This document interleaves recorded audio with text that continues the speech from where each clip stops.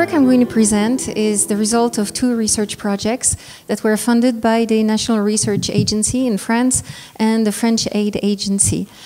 Basically, we were working on water-driven Palestinian agricultural frontiers. We tend to think of frontiers a little bit with an imaginary that comes from Far West movies, where we see a sweeping frontier, sweeping over a continent with the metropolis that the settlers come from following on their heels. But we have a lot of work in Africa showing us that interstitial frontiers are much more prevalent. So what is an agricultural interstitial frontier? Basically, it's when you transform agriculture to make it more intense, in between villages, cities, places of dense settlement. And once you transform this agriculture, you no longer have a frontier. A frontier is a transient phenomenon. Now, you can have water, so this is a typical picture of the West Bank. My specialty is the West Bank. I've been working on water in the West Bank for 25 years. So it took me so long to learn Arabic. That's why I was so slow in learning Hebrew. So here you see a typical scenery in the West Bank. This is low-intensity agriculture, rain-fed olive trees. Suppose you bring irrigation to this land, you can intensify agriculture severely. This is the typical type of space where we have frontiers right now, all over the West Bank. I'll come to the Jordan Valley in a second, but it's important we know that this is an ongoing phenomenon all over the West Bank. You have three types of water-driven pioneer fronts, from surface water, groundwater, wastewater. In the West Bank, you only have groundwater pioneer fronts and wastewater pioneer fronts, simply because all the surface water has already been developed a long, long time ago, has been used for agriculture already a long time ago. I will not tell you about groundwater pioneer fronts, because what's happening in the Jordan Valley is typically a wastewater driven pioneer front. So, well, we all know Wadi Kedron, right? It's bringing wastewater from Jerusalem area, Malea Dubim as well, all the way to the Jordan Valley. If you look at the map that exists on the Israeli Water Authority website, you will see only one map with all of those reservoirs mixed. Why did we dissociate them? Because on the left, you see the Israeli used water reservoirs. You see pictures of them on the bottom. They can be up to 3 million cubic meter big reservoirs. They're not reservoirs, as you see the picture at the bottom. They're wastewater treatment plants. So all of those reservoirs are used for date palm cultivation on the left ones, the ones on the left. And they're all fed by wastewater. And they're, in fact, wastewater treatment plants. They're huge.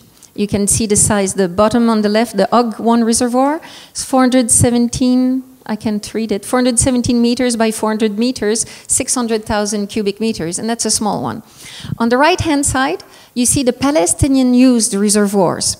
That's a completely different kettle of fish. They're much smaller. These reservoirs are not on scale. If we put them on scale, you wouldn't see anything. They're very small, 40 meters by 40 meters, and they are all fed by spring water or well water. There is only one reservoir that's fed by wastewater. That's from the Jericho wastewater treatment plant, which is presently supplying 600 to 700 cubic meters a day, all used for date palm trees. Now, the reason we separate them is because when you see them all together in one map, you don't realize the difference in size, the difference in sources supplying them, and the difference in uses.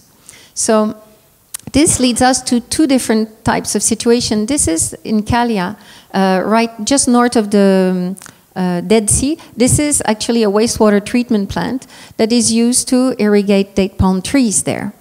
Now, if we move to Jericho, we can see that kind of ponds, much smaller. This is an agrobusiness, a Palestinian agrobusiness that has bought the entire quota of a well for the year. So it's a licensed well that has a quota.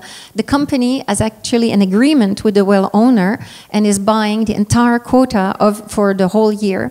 And it's bringing the entire, everything that's pumped from that well into this sort of pond. Now, it happens that this is a Palestinian tree, but it could be an Israeli tree. They're grown exactly in the same manner through drip irrigation. Anybody who thinks that the date palm boom will stop soon is sadly mistaken. This is the nursery. It's only one part of the nursery of that one agribusiness. They have several thousands of baby date palm trees at any one time in the nursery. That's having a series of impacts environmentally. This is soil salinization happening very, very fast. Now, the agribusinesses do not own the land. That's something I'll come to. The people who live in the Jordan Valley, the Palestinian people, generally tend to farm land that they don't own. They tend to be sharecroppers. Now, the agribusinesses rent the land for 40 years. They own the trees, they don't own the land. And the reason the business plan is for 40 years is because after 40 years, the trees are so high that the machines do not reach them to pick the dates. So if the soil has become completely saline after 40 years, they will move to another area. They're not rooted to the land the way sharecroppers are, even though sharecroppers do not own the land. Now, another impact that we see is access to the land. This is typically an agribusiness. They fence their land. They consider they've been very good because they've left a road on their own land. That is, they're renting this land. They don't own it. But on the land that they rent, they've left a road so that the Bedouin family further up can come with their sheep and reach pasture. What that means for this Bedouin family is that they have to walk 2 kilometers more every day when they walk with their animals. Another thing that means to them is they can't come and pick their khubeze anymore in the irrigated field. Khubeze is an extremely important plant for the local population. It's extremely nutritious. It's tasty as well. And the custom in Palestinian villages is if somebody asks to pick khubeze in your field, you always say yes. If you said no, nobody would ever speak to you anymore. So, of course, you say yes. Now, the rationale for this is that khubeze grows because of the work of God. It's not the product of your work. So you can't deprive anyone of it. Now, these agro-businesses, they destroy the khubeze. They don't let people pick it. It has a major impact on local food security. Now, progress of date palm trees. The map and I have to thank here Nelly Leblanc and Yaakov Garb because Nelly Leblanc did these maps thanks to help from Yaakov Garb. The 1999, you can see in yellow Israeli date palm plantations and in pink Palestinian date palm plantations. You see a little bit in Jericho area. In 2006, we see a lot more Israeli date palm trees. A little bit more Palestinian date palm trees. 2011, it's really growing. Palestinian date palm trees are now taking off, Israelis even more so. And you see where we are in 2016. The dotted line on the right-hand side, so it shows you the edge of the military exclusion zone. So you can see in 2016 we have quite a few date palm plantations inside the military exclusion zone, and that is an area where Palestinians cannot access. Even those who have taboos, they have the title deeds because they own land in the military exclusion zone, they cannot access this zone. It's forbidden for them. So all of those trees are in orange because they're all Israeli trees. Now, how can we quantify that? Well, we did. So these are on the vertical axis. You see the number of hectares covered with date palm trees, and the horizontal axis shows you time. So we see in pink, we see the Palestinian date palm trees, and in orange, we see the Israeli date palm trees. So we see that this is increasing at a very fast rate, but Palestinian date palm trees are lagging behind Israeli date palm trees, but really trying to catch up. Now, the main impact this is having on Palestinian society is that we're facing valley clearance in the same way we had highland clearances in the 18th and early 19th century in the highlands, because every form of agriculture implies a certain form of social organization.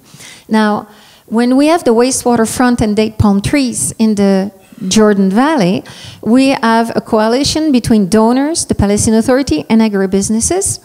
And big projects are happening. For example, there's a project to bring water from El Bire treatment plant all the way to the Jordan Valley around El Oja. The end point doesn't matter very much because the end point is desert land that would then be rented to an agribusiness. So what this means is that we're seeing land being transformed. We're seeing a lot less farmers than we used to have, a lot less units, which corresponds, farming unit, which corresponds to the Carey plan, the defunct Carey plan. And what we're seeing is that we're having a lot less people able to live on the land. 1 dönüm covered with a greenhouse keeps a sharecropping family of 8 persons in business. They get food security, housing security, income security from that. They're not rich, but they're alive, they're living, their kids go to school. You transform that to 1 dönüm of date palm tree, you're generating jobs. You're generating 0.017 job for 2 months of the year only, and only for men. So basically what we're seeing is sharecroppers are being displaced from the Jordan Valley. And if anybody thinks this is fine, you have to think, why did Syria get in the mess it got into? It's because farmers left their land with the drought of 2005. And they all moved to the suburbs of cities where they never integrated the economy. And that's why the Balagan started in 2011. Now, is that the future we want for the West Bank? I don't think anybody wants that. Now, this was very short, but I was only given 15 minutes. I'd like to thank my co-author who worked with me on the work on Pioneer Fronts. I'd like to thank Nelly Leblanc, but she never allows me to make pictures of her, so this is the best drawing I could make of her. I'd like to thank Yaakov Gab, who worked with us so we could map all of those date palm trees. And I have to say, this is our independent results. This does not mean it's an official position by the AFD, even of the AFD, even though they're funding our research work. Thank you. Thank you.